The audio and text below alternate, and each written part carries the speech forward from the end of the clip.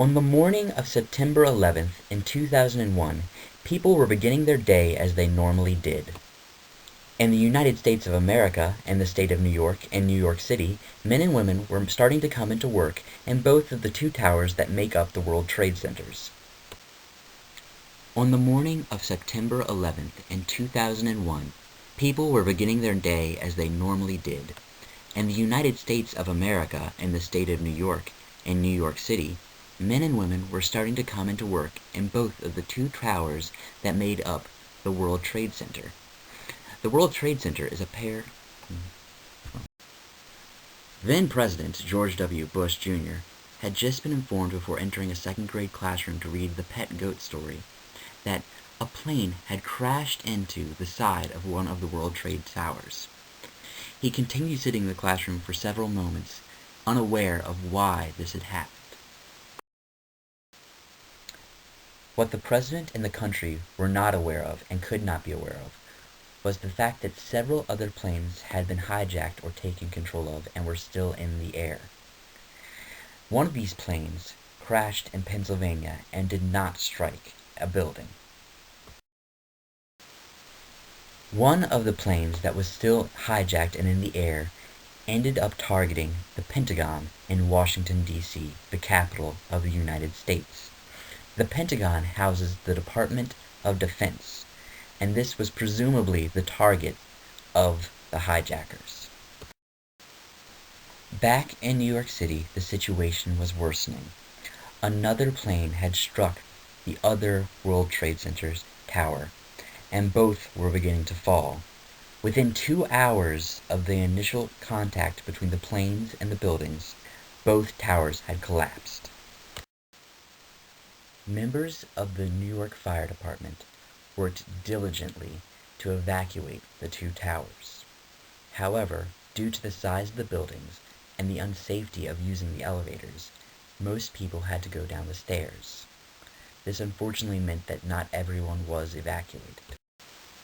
As the two buildings fell, dust and rubble began to spread out across the city.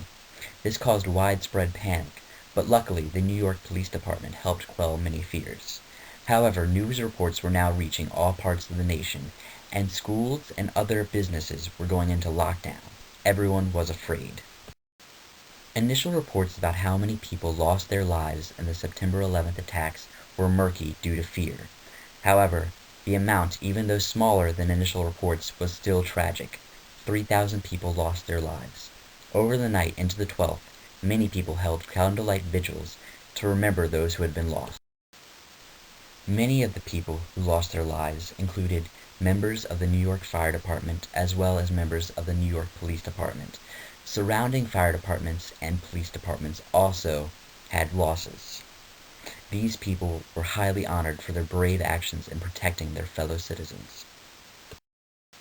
September 11th was one of the most pivotal moments in American history in the last century.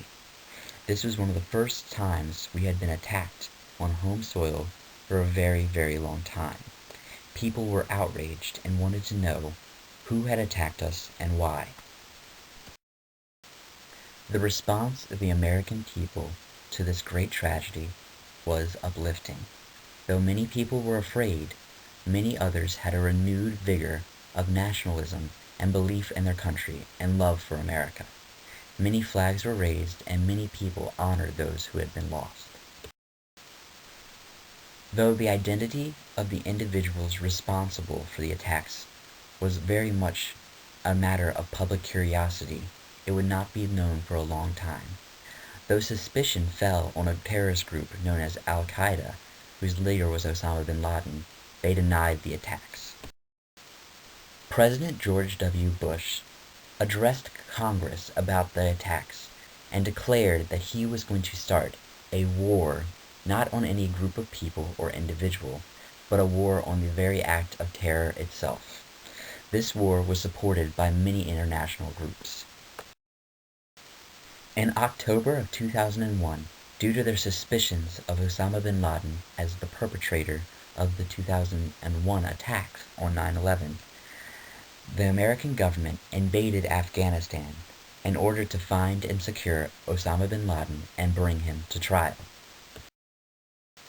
Though the invasion of Afghanistan was successful, it caused a great burden on the citizens. Many people lost their homes in bombings, and many civilians lost their lives.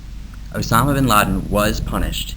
However, we cannot ignore the great stress our presence put on the country. One of the long-lasting effects of the terror attacks on 9/11 was the institution of stricter controls by the Transportation Security Agency. Now to get on a plane, people are imaged completely, and some are subject to random pat-downs. Additionally, you must take off your shoes so those can be run through a scanner in order to get on a plane. It is important to remember the tragedy of September 11th, 2001, and because of this, a memorial has been placed at the site of the attack.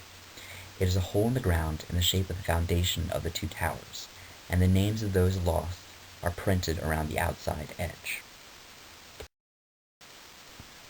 When this memorial opened in 2011, many people had a deeply emotional reaction, as is understandable, due to the lives lost. Many people lost family, friends, and loved ones in these attacks, and the repercussions of this will echo throughout our culture for many years. The attacks also generated a great deal of generosity, with many relief funds giving money to those who had fallen victim to tragedy due to the attacks. Additionally, government agencies were formed, such as the Department of Homeland Security, which was put in place to ensure that attacks like this never happened again. In later years, some people began to question the powers given to the Homeland Security Agency and feel that these powers infringe on American rights. Despite this, we should all remember the sacrifices that were made on 9/11 and give great thanks to those who have protected our country and be proud that we can call ourselves Americans on Patriot Day.